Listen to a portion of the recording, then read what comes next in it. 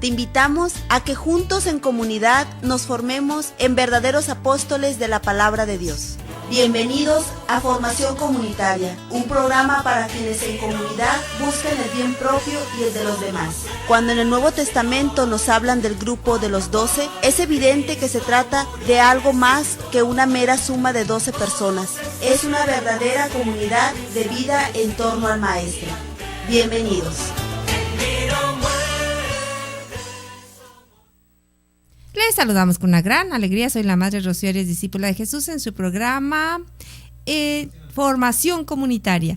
Y bueno, pues definitivamente que necesitamos formarnos. A mí me llama mucho la atención cómo los grandes ejecutivos se están formando para ser grandes líderes, se forman para dirigir una empresa, y qué bueno, y cada día los jóvenes están mejor formados, hablan inglés, hablan francés, hablan varios idiomas, y qué bueno, y eso está súper bien, muy bien. Cada día los mexicanos estamos a nivel de cualquier parte, ir a trabajar en cualquier parte del mundo, y lo hacemos muy bien, y eso está perfecto, estupendo, ¿sí?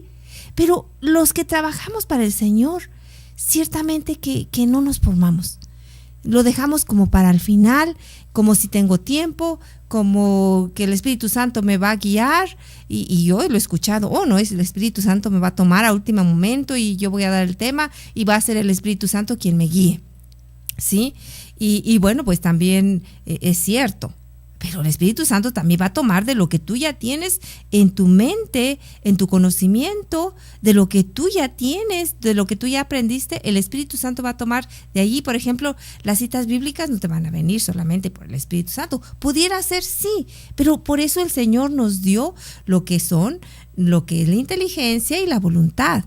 Y cada uno de los dones y las características de todo el ser humano, sobre todo la inteligencia, sí, nos la dio precisamente el Señor para que la pongamos a trabajar, para estudiar, para formarnos. El mismo Señor Jesucristo siempre llevaba a los apóstoles a preguntar: ¿y ustedes quién dicen que soy yo?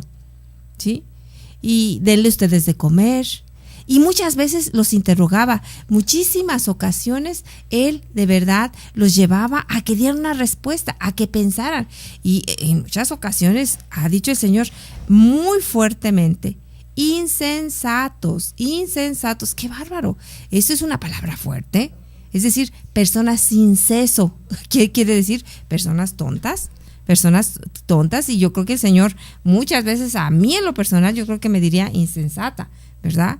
Y bueno, y tendría razón. Personas sin seso, eso es insensato, ¿sí? Y entonces no se vale. Hay que formarnos, imagínense, debemos de estar excelentemente formados, ¿sí? ¿Por qué? Porque en cuanto nosotros estemos más formados, ¿sí?, vendrá el Espíritu Santo y tomará todo lo que somos. ¿Para qué? Para que nosotros de verdad podamos llevar a cabo esto con excelencia. Entonces, vamos a ver en esta serie de programas un poquito lo que es apologética, pero de una manera muy sencilla. No vamos es decir, apologética práctica. Eso es lo que vamos a ver, ¿sí? Solamente algunas cosas muy específicas de por qué nosotros usamos todo esto. Nos ha tocado a muchísimas personas ver que cuando nosotros llevamos nuestra cruz en el cuello, a mí me tocó, precisamente estaba aquí en San Diego, y llevaba mi cruz y estaba allí esperando que iban a venir por mí, y un señor se acercó y hablaba muy mal, por cierto, español, ¿verdad? Entonces dice: ¿por qué llevas cruz? ¿Por qué llevas cruz? No debes de llevar el signo de donde murió Jesucristo, ¿sí? No sé qué quería decirle porque no hablaba muy bien español. Digo, no, si yo debo de recordar que Él murió por mí, que Él me salvó, por eso la llevo, para recordar que Él de verdad aquí me dio la salvación, ¿sí? Y también para identificarme como cristiana, ¿sí? Y no sé qué más me decía, en el corazón, y no sé, algo más me decía. Pero nosotros nos hemos encontrado en muchas ocasiones con esta realidad. ¿Por qué la cruz? ¿Por qué la cruz? ¿Por qué la cruz en nuestras iglesias? ¿Por qué la cruz en los hospitales? Tristemente se está quitando ya la cruz en muchas partes, ¿sí? Ya en los hospitales ya se quitó. En las iglesias también ya se está quitando en muchas ocasiones, ¿sí? Y bueno, en las escuelas no se diga, ¿verdad? Entonces, ¿por qué la cruz? ¿Por qué sí y por qué no llevarla? Vamos a ver algunas citas bíblicas, ¿sí? Y sobre todo vamos a abrir nuestro corazón para entenderlo. Si yo soy de aquellas personas que dicen, no, pues no. Ahora, yo estoy hablando solamente en este momento de la cruz como emblema, ¿sí? Como signo, como símbolo, ¿sí? Y no es solamente la cruz que nos habla San Pablo, ¿sí? La cruz de llevar, de hacer la voluntad del Señor, de llevar a cabo lo que es su voluntad, sino la cruz como emblema, pero también un poquito vamos a profundizar en esa manera de llevar a cabo la voluntad del Señor, ¿sí? ¿Por qué la cruz? Y nosotros vemos en capítulo 24 de Mateo, dice que entonces aparecerá, habla el Señor de los últimos tiempos y dice, entonces aparecerá, ¿sí?, en el cielo la señal del Hijo del Hombre. Entonces aparecerá en el cielo la señal del Hijo del Hombre. ¿Cuál va a ser esa señal? ¿Sí? Seguramente que va a ser una cruz, ¿sí? ¿Por qué? Porque nosotros podemos decir que va a aparecer una paloma. La paloma es la señal del Espíritu Santo, ¿sí?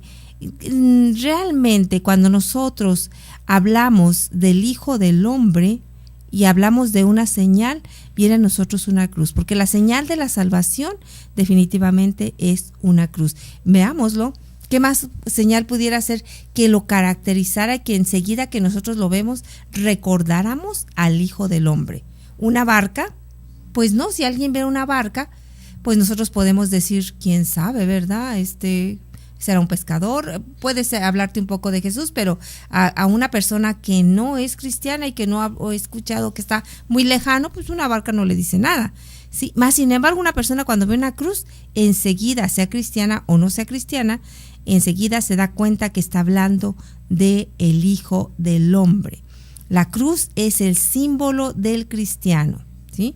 Y al principio del cristianismo, cuando la cruz era un signo de ignominia y la dominación romana seguía vigente, los cristianos tomaron como signo de identificación el pez dado, que en sus letras griegas iba el monograma de Jesús, hombre salvador del mundo. Más tarde, sobre el siglo VII, ¿sí?, el cristianismo adoptó la cruz como símbolo de la fe, pero como un símbolo, ¿sí? La cosa es ¿qué cosa nosotros podríamos decir como símbolo? ¿Qué es un símbolo? Pues es algo sencillo, una imagen, figura, es algo que al mirarlo recuerda o representa algo, es decir, toda una gama de condiciones, de recuerdos, algo que te quiere decir, un significado convencional. Sí, que cuando yo lo miro, pues trae a mi memoria cosas tan importantes, ¿sí?, como son la salvación. ¿Y en qué lo podemos resumir? En una cruz, ¿sí? Entonces vemos que la cruz es solo un signo de salvación y nos recuerda la victoria y el sacrificio del Hijo de Dios, y como tal debe de ser venerada y respetada, ¿sí? Entonces, ¿por qué? Porque nosotros debemos de estar recordando que Jesucristo ya nos salvó, que Jesucristo de verdad ya vino a darnos la salvación, ¿sí? Entonces, ¿qué es lo que nos puede recordar? Si nosotros vamos caminando en nuestra vida diaria, ciertamente llevamos la palabra de Dios y eso nos recuerda, ¿sí? Pero algo que simplemente con verlo, con llevarlo, que es algo, un signo muy, muy personal y muy fácil de identificar, pues es la cruz, ¿sí? Es la cruz. Pero ya vemos que desde el principio nosotros vemos que la cruz fue un tema de controversia, ¿sí? Y bueno, San Pablo nos lo dice muy, muy claramente en Filipenses 3:18, porque son muchos, y ahora lo digo con lágrimas, que son enemigos de la cruz de Cristo, ¿sí? Esto lo vemos en Filipenses 3:16. Y nos lo dice muy claramente, que son enemigos de la cruz de Cristo. Y nosotros podemos decir, ¿hay alguien que puede ser enemigo de la cruz de Cristo? Pues lo dice claramente el libro de Filipenses 3:16. Dice así, dice, por lo demás, desde el punto donde nos hayamos llegado, sigamos adelante.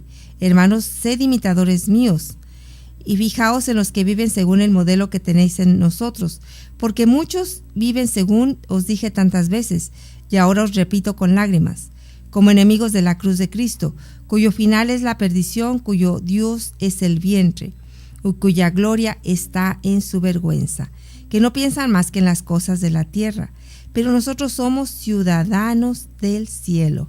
Palabra de Dios, te alabamos, Señor. ¿Sí? Entonces vemos aquí como San Pablo nos dice que hay muchos que son enemigos de la cruz de Cristo, cuyo final es la perdición y cuyo Dios es el vientre. ¿Qué quiere decir esto?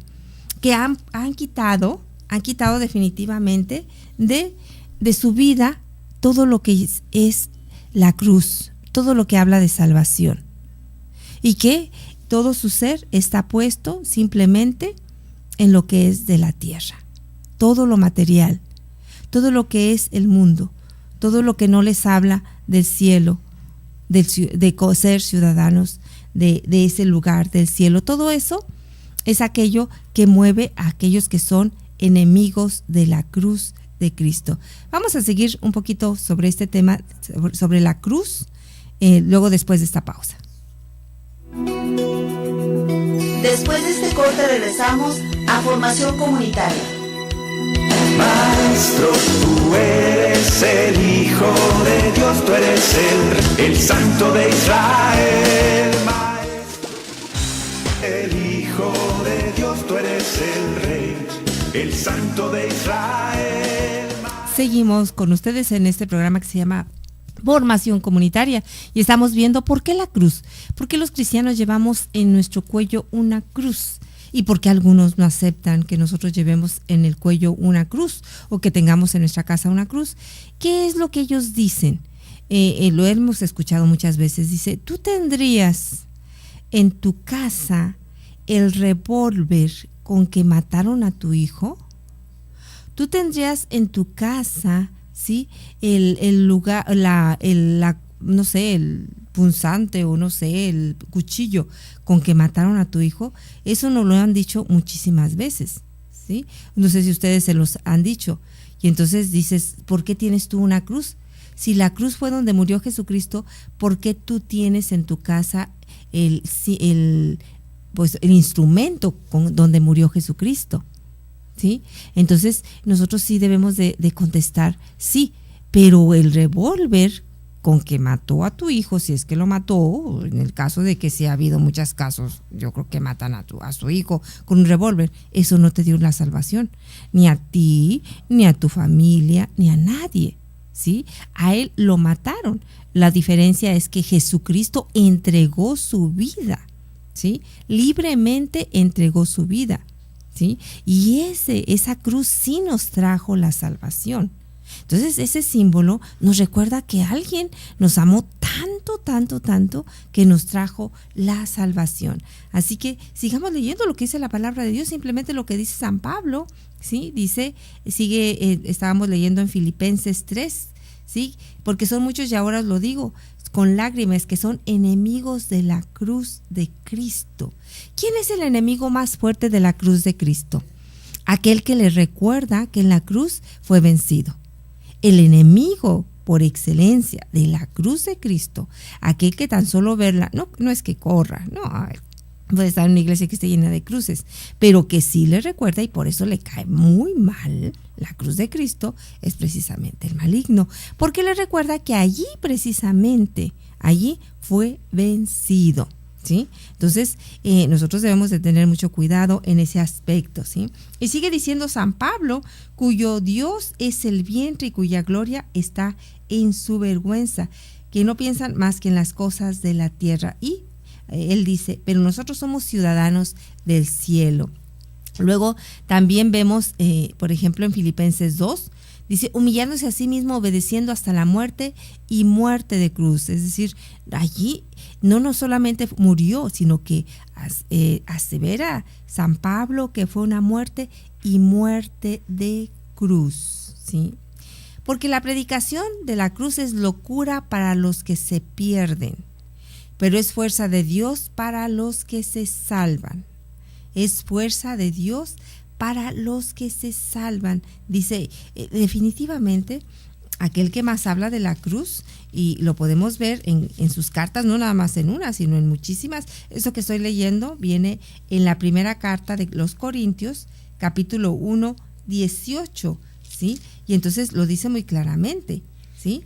Porque la predicación de la cruz, ¿sí?, es locura para los que se pierden, pero para los que se salvan, fuerza de Dios. Capítulo 1, 13 de la primera carta a los Corintios, ¿sí? Dice así: ¿está dividido Cristo? ¿Acaso fue Pablo crucificado por vosotros? ¿O os habéis bautizado en el nombre de Cristo? Bueno, creo que me equivoqué. Entonces es segunda de Corintios 1:18, ¿sí?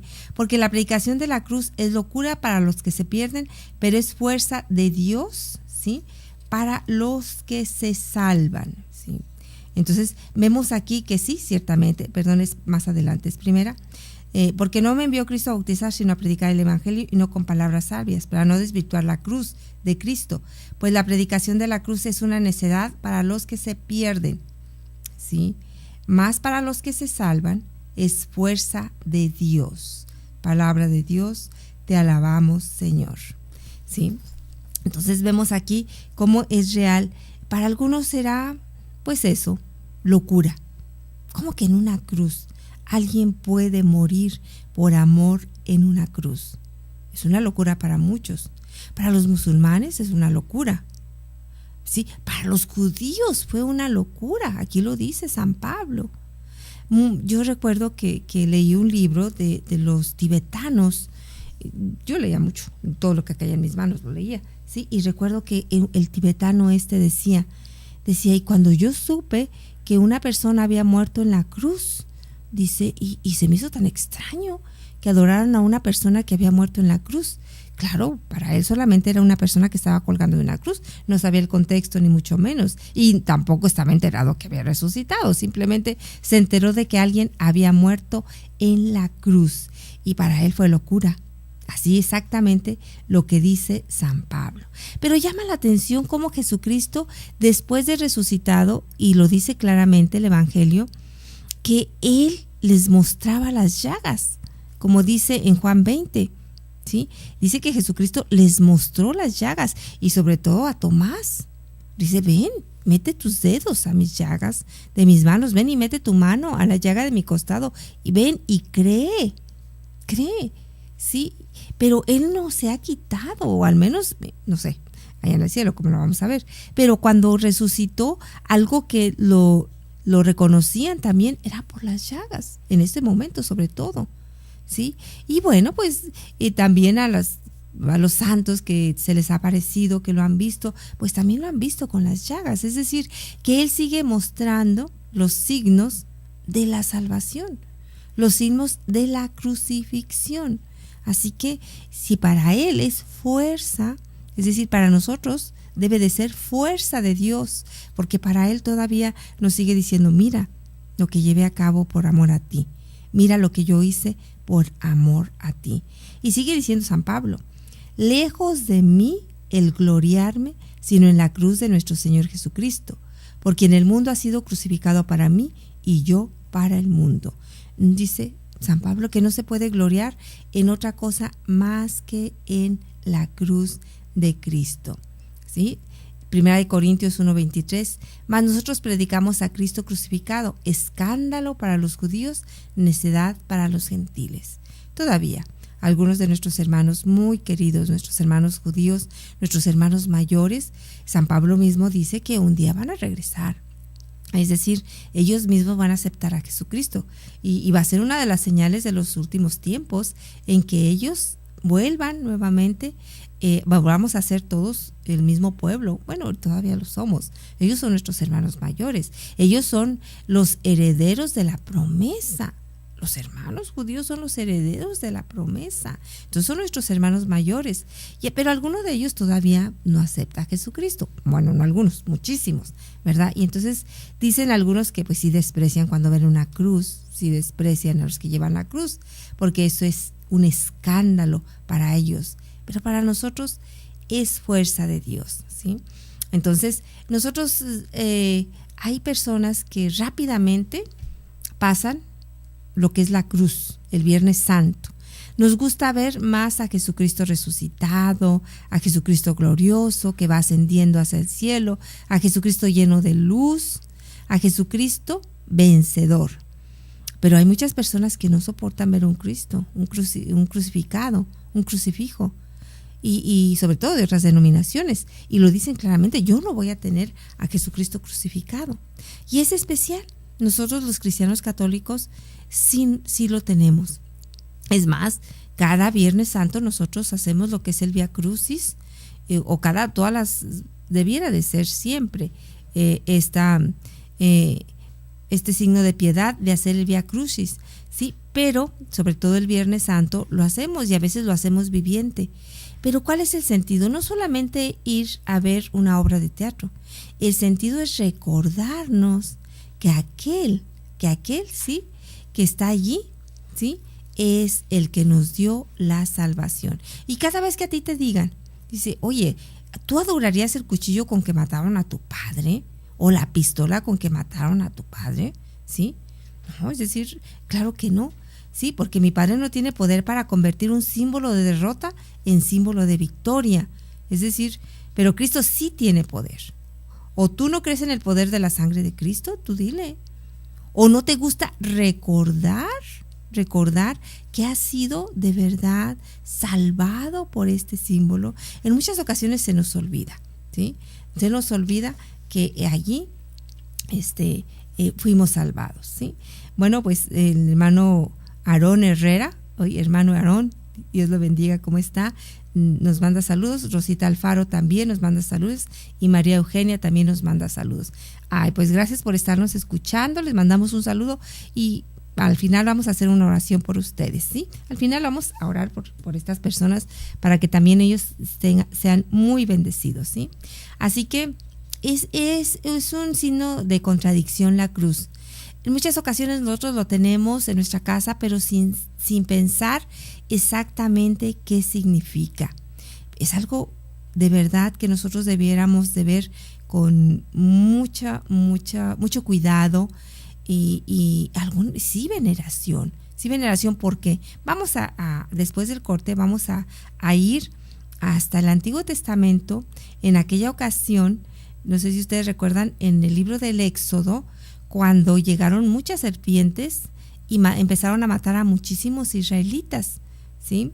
Y entonces Dios le dijo a Moisés: haz una figura de una serpiente y ponla en alto. Aquellos que vean esa serpiente se sanarán, ¿sí? Y una serpiente, pues era una serpiente, el símbolo del mal. Entonces, no solamente es el símbolo de la cruz, sino es algo mucho más profundo. Pero luego, enseguida, vamos a meditar sobre eso. Vamos a una pausa y regresamos. Después de este corte regresamos a Formación Comunitaria. Maestro, tú eres el Hijo de Dios, tú eres el Rey, el Santo de Israel. Maestro. Tu programa Formación Comunitaria. Comunícate con nosotros a los teléfonos 622-8962.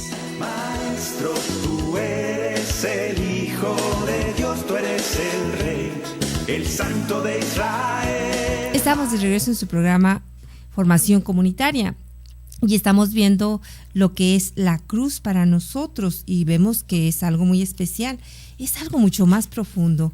En el libro de Números, en el capítulo 20, nosotros vemos, en el capítulo 21, vemos cómo cuando el pueblo de Dios iba peregrinando, el pueblo de Israel, dice que de pronto al llegar a un lugar empezaron a picarles muchísimas víboras, serpientes abrasadoras que mordían al pueblo y murió mucha gente de Israel.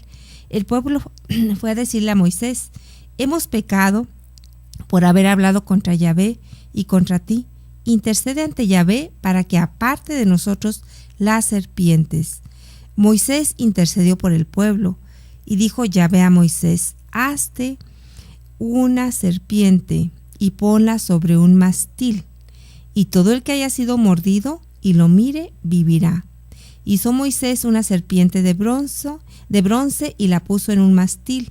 Y si una serpiente mordía a un hombre y éste miraba a la serpiente de bronce, quedaba con vida. Palabra de Dios, te alabamos, Señor. Qué especial. ¿Cómo que una serpiente iba a dar, una serpiente en un palo alto, a quien la mirada que iba a salvarse de la mordida de una misma serpiente? Es que es mucho más profundo el misterio de la cruz que lo que nosotros mismos imaginamos. Luego en el capítulo, en Mateo, nosotros encontramos, o en San Juan también lo podemos encontrar, pero sobre todo en San Juan dice así claramente, en el capítulo 3:14: y como Moisés levantó la serpiente en el desierto, así tiene que ser levantado el Hijo del Hombre, para que todo el que crea por él tenga vida eterna. Sí, palabra de Dios, te alabamos, Señor. Y como Moisés levantó la serpiente en el desierto, así tiene que ser levantado el Hijo del Hombre. Por si nos quedaba alguna duda de nosotros unir esas dos citas bíblicas, tanto del libro de Números como del Nuevo Testamento, de la crucifixión de nuestro Señor Jesucristo, Él mismo la trae a colación. Es decir, Jesucristo mismo dice: así como esa serpiente fue levantada, el Hijo del Hombre tiene que ser levantada, para que todo, dice, para atraer a todos hacia Él. Y sí, así fue exactamente. Él también fue levantado. Pero ¿por qué Él mismo se está comparando con una serpiente? Eso es un misterio. Entonces, la cruz ciertamente que es un símbolo de ignominia, pero ahí está. Si nosotros volteamos a ver ese signo de ignominia, sí, nos trajo la salvación. Así como en el Antiguo Testamento, sí, la serpiente traía la muerte a los que eran picados. Para ellos ese símbolo, sí, de muerte, que es la serpiente, traía la salvación para ellos. Y no solamente, la serpiente también es símbolo del mayor pecado. La serpiente también es símbolo del tentador. Entonces es mucho más profundo de lo que nosotros decimos: ay no, la cruz no debemos de traer la cruz, porque ¿cómo vas a adorar? ¿Cómo vas a traer colgada aquí el símbolo con que mataron a tu hijo, a tu papá? Sí, volvemos a decir, sí, pero ese cuchillo no me dio la salvación. Mi hijo ni nadie tenía el poder para salvarnos. Sí, entonces, más sin embargo, la cruz te dio la salvación a ti y a mí también. Y es muy bueno recordarlo, por supuesto. Y bueno, también vemos en la palabra de Dios que ese símbolo precisamente de la serpiente, un poquito volviendo al símbolo de esa serpiente que era levantada en un palo alto, y aquel que la miraba quedaba salvado. ¿Por qué? Porque una serpiente es el símbolo del pecado. Lo dice 2 de Corintios 5:21. El que no conoció pecado, ¿sí?, se hizo pecado por nosotros. El que no conoció pecado se hizo pecado por nosotros. Eso está tremendo, tremendo. Es decir, Él se hizo eso, pecado por nosotros. Qué tremendo, de verdad. Entonces, así exactamente, el símbolo del mal, él dice, también dice en otra parte del Antiguo Testamento, dice: maldito el que pende en un madero. Deuteronomio 21:23. Maldito el que pende en un madero. Y también San Pablo dice que él se hizo maldición. ¿Sí? Él se hizo maldición por nosotros. Eso es mucho más profundo de lo que nosotros podemos ver. Entonces, ciertamente que la cruz es un signo de ignominia, pero aquellos que lo ven más allá, vemos que es precisamente el signo de nuestra salvación, ¿sí? cuando Jesucristo fue crucificado, dice que aquel centurión pagano, sí, que fue el que metió la lanza en su costado para asegurarse de que había muerto, pues se levantó la vista, ¿sí? Y él vio y creyó. Así que cuando nosotros llevamos una cruz sobre nuestro pecho, ¿sí?, vamos no solamente diciéndole a los demás que somos cristianos, en este caso cristianos católicos, sino también cada vez que la veamos, no solamente sea algo que yo lleve, porque lo podemos llevar todos y no significar nada. Lo puede llevar aquel que mata, aquel que secuestra, lo puede llevar aquí tatuado, aquel que roba, ¿sí? Eso no tiene nada que ver, pero si yo lo llevo como un símbolo que me recuerda mi salvación y que me recuerda que si yo ya estoy salvado, debo de comportarme como una persona salvada. Que si yo soy ciudadana del cielo, ciudadano del cielo, yo debo de comportarme como un ciudadano del cielo.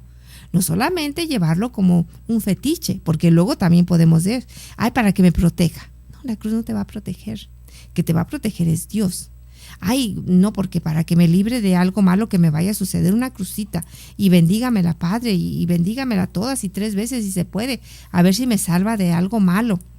Quien te va a salvar es una relación fuerte con Dios, una conversión con Dios. No es un símbolo, no es un fetiche, no es un talismán de buena suerte. No, sí, la crucita o el rosario para que me traiga buena suerte, no es un talismán. Es un símbolo que te debe de recordar la salvación, que me debe de recordar que yo ya fui salvado y que debo de vivir como una persona salvada, ¿sí? Una persona que ha sido redimida y que soy de verdad ciudadana o ciudadano del cielo en este caso. Y nosotros también debemos de tener mucho cuidado. ¿Por qué? Porque se está quitando todos esos símbolos de todas partes.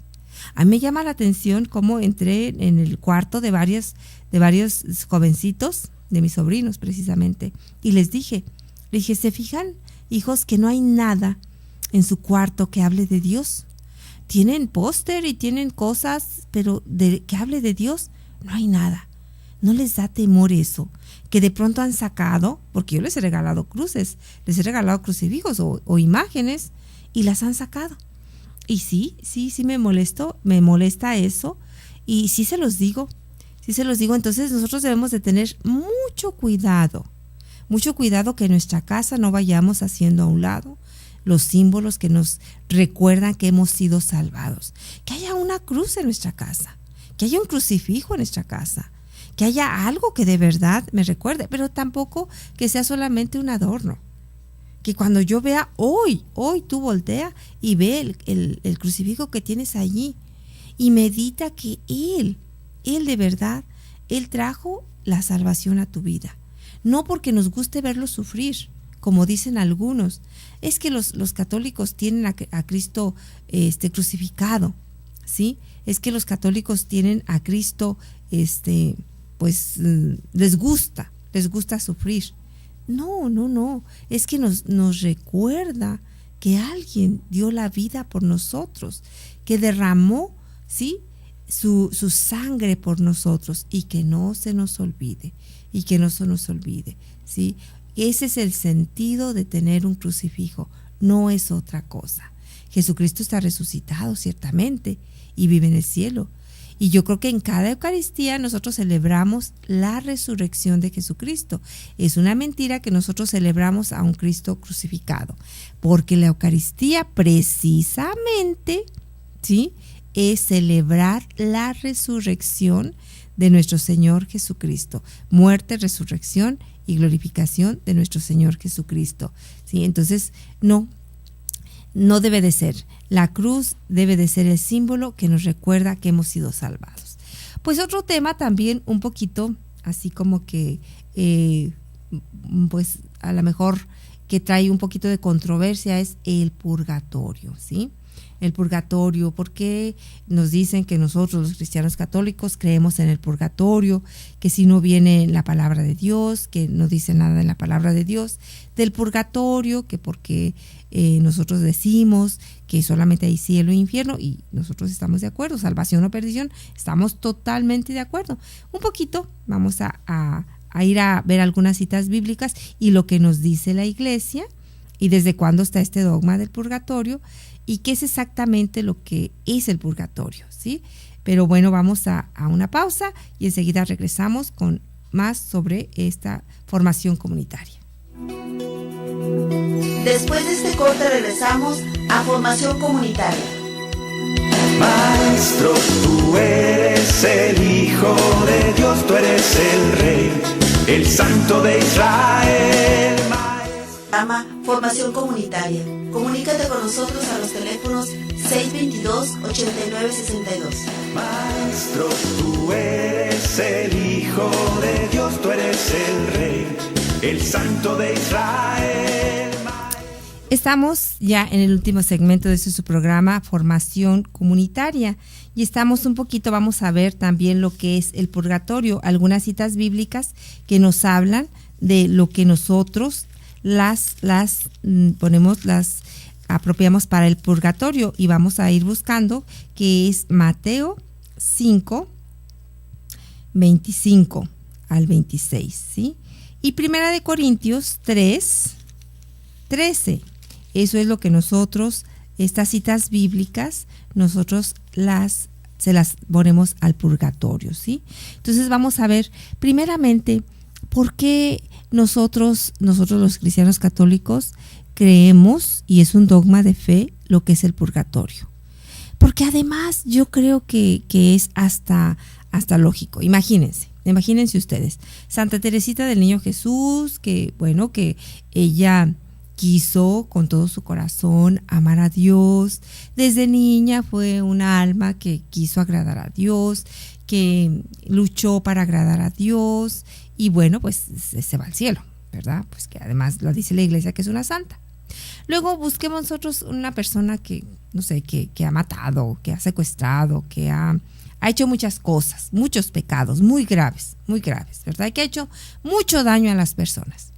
De pronto, 10 días antes de morir él, pues llega la gracia a él y se convierte y se arrepiente de todos sus pecados y dice, yo voy a dar, lo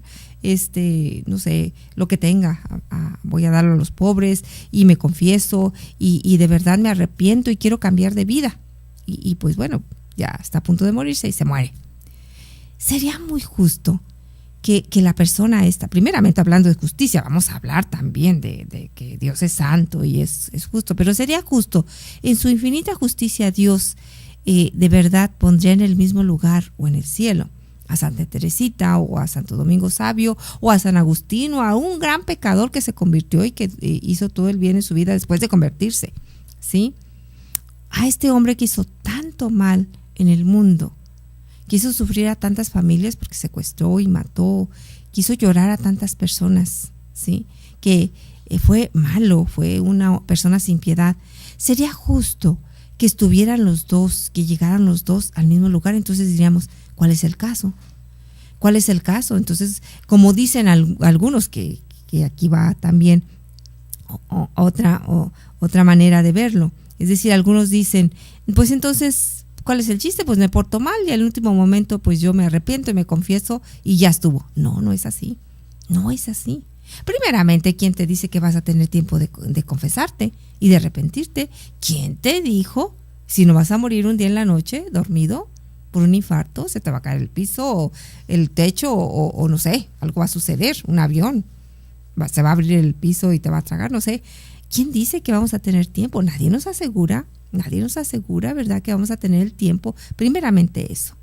Segundo, no es cierto, no puede ser, no es justo que quien quiso agradar a Dios durante su vida y trató de agradarlo y lo hizo, esté en el mismo lugar que aquel que no hizo nada por agradar a Dios, sin embargo, en los últimos momentos se va y se salva. Ciertamente que sí se salva. ¿Por qué? Porque Jesucristo así lo dijo, o sea, aquel que estaba en la cruz, en ese momento, él era un ladrón y quizá un asesino, no sabemos, un asesino, pero por algo estaba siendo crucificado. Él lo dice cuando el otro, el que estaba a un lado de Jesucristo, le dice, oye, si eres el Hijo de Dios, sálvate y sálvanos a nosotros. Y el que estaba al lado de Jesús, el buen ladrón, le dice, oye, no tienes temor, nosotros estamos aquí por lo que hemos hecho, no ha hecho nada. Y entonces es cuando le dice Jesús, cuando llegues a tu reino, acuérdate de mí, ¿sí? Entonces sinceramente él era malo, ¿sí? Entonces nosotros debemos, y se salvó porque Jesucristo le dice así, que se iba a salvar. Pero vamos a ver una cosa, ¿sí? Entonces, si al contrario, si esta persona que ha hecho mucho mal, se convierte mucho antes de morirse, y entonces él dice, yo voy a convertirme, voy a cambiar de vida, voy a hacer ahora el bien, voy a tratar de restaurar todo el mal que yo he hecho, entonces ya está aquí restaurando todo lo que hizo. Mas sin embargo, si muere de pronto, él tiene que purificarse y tiene que restaurar todo el mal que ha hecho. Por eso la iglesia nos habla de un lugar, ¿sí? No es otro lugar, solamente cuando te mueres hay dos sopas, salvación o perdición, no hay otra más. Dice la palabra de Dios que está escrito que después de la muerte, ¿sí? Después de la muerte viene el juicio, ¿sí? Entonces, en ese juicio, Dios nos va a juzgar. Y ahí es donde se va a ver o salvación o perdición. No hay otra cosa. Solamente hay dos. O me salvo o me pierdo, ¿sí? Si me pierdo, que esperemos que no. ¿Verdad? Eso, solamente la perdición. Pero si yo me salvo, ¿sí? Y si yo no estoy totalmente purificado de mis pecados, si yo no he restaurado el mucho mal que yo hice, entonces la iglesia nos dice que hay un lugar donde nosotros vamos a ir a ser purificados, a restaurar todo el mal que nosotros hicimos, ¿sí? Y todavía no vamos a las citas bíblicas, simplemente es así como un preámbulo, ¿sí? Miren, cuando nosotros, vamos a poner el ejemplo de que alguien le roba 1,000 pesos a una viejita, ¿sí? Hay sus atenuantes. Si esa viejita tenía los 1,000 pesos para comer, ¿sí? Y yo le robo los 1,000 pesos y se va a quedar sin comer, se va a quedar todo un mes porque es la ayuda que le dan cada mes. Entonces, en ese mes va a tener que pedir limosna porque la viejita no tiene otra cosa. Entonces, el que lo robó es culpable de haberle robado a la viejita los 1,000 pesos. Pero también es culpable del hambre que va a pasar y de que ella tiene que salir a pedir limosna y que se va a enfermar y etcétera, etcétera, ¿sí? Es decir, de todo eso es culpable la persona que robó. Entonces, hagan de cuenta que va y se confiesa y el padre le dice, ¿estás arrepentido? Sí, yo sí estoy arrepentido. ¿Y ya se acabó todo? No, hay que restaurar lo que hice. Ya el pecado ya me fue perdonado y ya no me condena. Ya no voy a condenarme por ese pecado. Pero sí tengo que restaurar lo que yo hice. Primeramente yo tengo que regresar los 1,000 pesos a la viejita, ¿sí? Y restaurar de alguna manera el mal que hice. Y eso pocas veces nosotros lo tomamos en cuenta. Yo he escuchado muchas veces, y he sabido de personas que dicen, que acabo, me confieso ya para comulgar, y luego ya vuelves a pecar el mismo pecado, y luego ya casi el domingo me confieso, y luego ya comulgo, y vuelvo a hacer el mismo pecado. ¿Eso es conversión? No, eso no es conversión, ¿sí? Entonces, también la doctrina del purgatorio es mucho más profunda de lo que nosotros pensamos, ¿sí? Y aún que yo ya estoy salvado, que los pecados que yo confiese ante el sacerdote ya no me dan la condenación eterna, yo sí tengo que restaurar lo que hice, porque eso es algo que debemos de hacer. No solamente es confesarme de que yo robé, sino yo debo de regresar lo que yo he robado. Así que, pues si yo he robado, pues vamos pensando a ver cómo voy a regresar lo que he robado, ¿sí? Y no solamente lo que he robado, lo que me han prestado y que no he regresado, lo que he echado a perder y que no era mío, muchas otras cosas, pero eso vamos a verlo en un programa más. El siguiente programa vamos a ver la doctrina de la iglesia sobre el purgatorio. Quiero yo aprovechar estos minutitos pues para pedirle muy especialmente una bendición especial al Señor a nuestro hermano Aarón Herrera, por Rosa Alfaro y por María Eugenia, Quiero pedirle al Señor que los bendiga y que los llene de toda clase de bendiciones. Señor Jesucristo, yo te pido por Aarón Herrera, por Rosa Alfaro, por María Eugenia. Te pido, Señor, que este día y siempre tú los llenes de tu paz, de tu amor, de tu gracia. Que veas todas sus necesidades que tienen y proveas en abundancia todo lo que ellos necesitan. También te pido por sus familias, para que un día, Señor, todos estemos juntos alabándote por toda la eternidad. Amén. Muchas gracias por todo lo que ustedes nos apoyan en Koinonia Radio. Anoche tuvimos la cena Koinonia y bueno, pues hubo poca gente, realmente hubo poca gente, pero gracias a todos aquellos que estuvieron, que son los fieles. De veras, gracias, porque personas que vienen de muy lejos y estuvieron aquí con nosotros para apoyarnos. Muchas gracias. Y todavía tú no puedes o no nos estás apoyando económicamente a esta obra Koinonia Radio, pues puedes hacerlo hoy. ¿Cómo puedes hacerlo? Pues llevándote una alcancía y a tu casa para que tus sobrinos, tus nietos, tu esposo le pongan un peso, no sé, las monedas que les van sobrando las pongan allí. No sé, también tenemos la miel, la moringa. Tú puedes venir y comprar tu miel, tu moringa, y en eso estás apoyando. Y si no, pues tú ven y yo quiero dar 100 pesos, 200 pesos, simplemente acudiendo a los desayunos Koinonia, que es cada mes. En este caso va a ser el 18 de abril en La Escondida. Y así vamos a tener cada mes alguna actividad. Así que, pues tú llámanos y dinos qué va a ir en este mes, para que nosotros podamos apoyar. Apóyanos. ¿Necesitamos tu ayuda? Sí, la necesitamos. Tu oración y tu ayuda económica. Esto es un gasto muy grande y que cae siempre sobre los hombros del Padre Jeff. Y bueno, pues lo que estamos aquí le apoyamos, pero la verdad es que él lleva la carga de todo esto que es el pago económico de Radio Koinonia, y pues es muy pesado. Así que apóyanos y bueno, pues sé parte de este gran proyecto. Hemos llegado al final de este programa. Les deseamos todo bien en el nombre del Señor Jesucristo. Dios les bendiga. Recordemos siempre que vivimos en comunidad, que todos somos una familia y que es viviendo juntos por los demás como podemos vivir de verdad el Evangelio que Jesús nos enseñó. Gracias y hasta nuestra siguiente emisión. En vida o muerte somos del Señor, por lo cual Cristo murió y resucitó. Todos estaremos en el juicio ante el Señor. Estás escuchando Koinonia Media. No le cambies, enseguida volvemos.